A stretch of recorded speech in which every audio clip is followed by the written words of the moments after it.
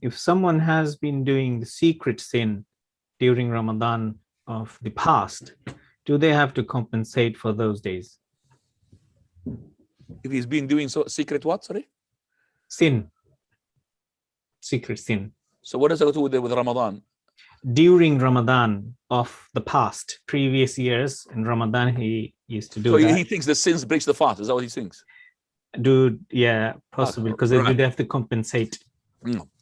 Well, it's a good question. If I want to go to this question, it needs a half an hour in itself. To summarize my answer, first of all, it's a good question because I have never had somebody ask me a question that where if I lie, does that break my fast? It's always I swallowed something by chance and did that something wrong, and I was eating some sandwich by chance, but glucose drip on all of that. But I never, or for example, the asthma, what's it called, that inhaler. I never asked somebody asking me if I did a sin that would be. It's a very good question. The invalidations of the fast, in terms of materialistic, that's what the people are keen to know. But this is called the spiritual breakers. Spiritual breakers are, these breakers are, these are the ones who will take away the goal and the target while you're being fasting. The fasting to train yourself to keep away from the sin. Well, first of all, it will not invalidate your fast in such a way that you can't compensate. There's no compensation. That's number one. But number two, the Prophet ﷺ, he said, رُبَّ صَائِمٍ لَيْسَ لَهُ مِنَ الصِّيَامِ إِلَّا الْجُوعُ وَالْعَطَشِ. You'll find a fasting person, he will fast, but he will gain nothing out of his fast except for hunger and thirst. Why? Because he did not pay attention and focus onto the target behind the fast, which is when Allah subhanahu wa ta'ala, he says, يَا أَيُّهَا الَّذِينَ آمَنُوا كُتِبَ عَلَيْكُمُ الصِّيَامُ كَمَا كُتِبَ عَلَى الَّذِينَ مِنْ قَبْلِكُمْ لَعَلَّكُمْ تَتَّقُونَ. This fast was made obligatory upon us for one purpose, and one purpose alone, to have taqwa of Allah. Taqwa is meant to keep away from the sins. So what is the point of this person doing all sorts of things, haram, lying, forging lies, and fabricating false things, and a'udhu billah, insulting people, and all of these acts of haram doing, and making falsehood testimony. Prophet said, he who does not abandon falsehood and implementation of it, then Allah doesn't need his fast. Allah doesn't need for him to abstain from food and drink. فَلَيْسَ لِلَّهِ حَاجَةٌ فِي أَنْ يَدَعَ طَعَامَهُ وَشَرَابَهُ. So if this person, subhanallah, and the Prophet, he concentrated on the falsehood. Look at this falsehood and the implementation of it. You are embarking on implementation of this forged lies, or falsehood. There's no need for you to fast.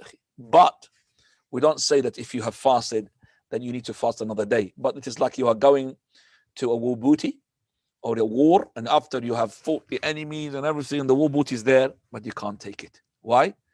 Because you're not allowed to take it. You did haram. You have gained nothing. That's what it is. You went to Ramadan and you gain nothing. And that's a loser. The Ramadan is all of it is about to be successful, to make sure that you have trained yourself onto obedience of Allah subhanahu wa ta'ala, to keep away as much as you can from everything that would displease Allah azza wa jalla. That's the fast is all about. So this question for that person, Jazakallahu khairan, we say to him, you do not have to do anything regarding the past time of yours when you were sinning during Ramadan, regardless of your sin. Let's say that you have been drinking, but not when you are fasting. Say you're drinking during the night. You've been fornicating, but not during the fast of the day. You've been fornicating during the night. That's a big sin. I don't think that person is asking me about these sins. Okay, maybe less, but I'm just saying it to the maximum. Ramadan of yours, your fast is not going to be affected in terms of that you have to make up another day for it because you've been drinking during the night or you've been fornicating during the night.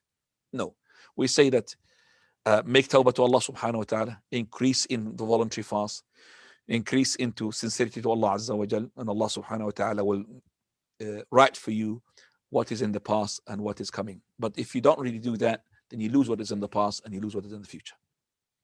And that's when one of the Salaf, he had seen an old man. Well, this is a long story. We're going to go to the questions, inshallah. Basically, I'll just leave that cut back story. I've just said it before, inshallah. Sheikh, Jazakallah khairat. Three brothers, mashallah, reminded this question perhaps means secret habit, not just secret sins of the past during Ramadan. You said secret sins. It didn't say secret yes, habit. It says it. So, but the brothers reminded, I think the question. I've answered the question because I've said fornication, even. Okay, so if this person had masturbation, it's called masturbation. If the person had masturbated during the fast, is that what he said? Well, he's fasting. That's something else. So if he masturbated during the night, which is not, he's not fasting. I said if he fornicated, which is worse. If you had drank alcohol, which is worse. Okay, definitely 100% worse.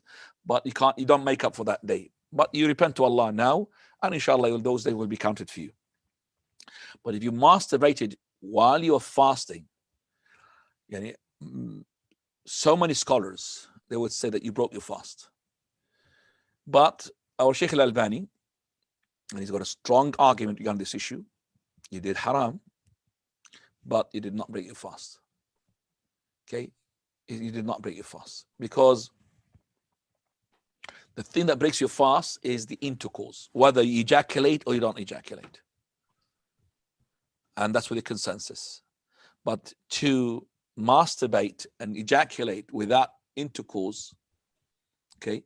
So let's say that you are doing it halal way. How is halal way? That your wife is doing that for you. The wife is masturbating for her husband. That's outside Ramadan is halal. Let's say that she's doing it for him in Ramadan while she's fasting. Now, this is where we say it is that it is not haram. It's not haram in terms of for the wife to do it for her husband. But is it haram to do it in the month of Ramadan? Now that depends upon, is ejaculation will break your fast or not. If it does not, it's not haram. That's why Abdullah ibn Abbas, when a man came to him, he said to him, Ya ibn Abbas, I have got married in Ramadan. Is it permissible for me to go and kiss her? He said, do you control yourself? Control yourself from what? You're going to kiss her. Control yourself from what? From the lust? How can you kiss without lust? There's no lust switch on, off. You're going to kiss with the lust. He said, yes, kiss her. But you want more. Oh, Ibn Abbas, can I do mubashara with her? He says, would you be able to control yourself? He said, yes. What is mubashara? Mubashara, it is body to body, but without intercourse. Body to body without intercourse. But he wants more. He said, Bi abi anta wa ummi, I sacrificed my father and my mother for you, Ibn Abbas. Like he's saying to me, give me more. He said, well, I want to put my hand onto her private part. Would you be able to control yourself? He said, yes. Well, idrib, do it. And that's sahih from the line. So all of those things, if it is being done with the wife, the person will ejaculate 100%. So that's why the argument of the discussion of Sheikh al-Albani rahimahullah, that it does not nullify the fast. But if it is masturbation with a person's, with himself, with anything apart from the wife, then it's haram. Now, does that break the fast? Sheikh al-Albani says no, and he's got a very strong argument. Now.